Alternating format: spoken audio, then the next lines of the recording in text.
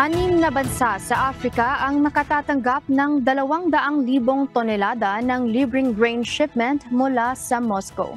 Kabilang ang Burkina Faso, Somalia, Eritrea, Zimbabwe, Mali at Central African Republic.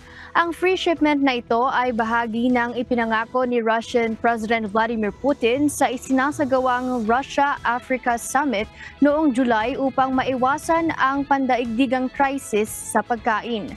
Ayon kay Russian Agriculture Minister Dmitry Patrushev, inaasahang darating sa Somalia at Burkina Faso sa huling bahagi ng Nobyembre hanggang unang bahagi ng Disyembre ang nasa 25,000 tonelada na lulan ng 2 barko.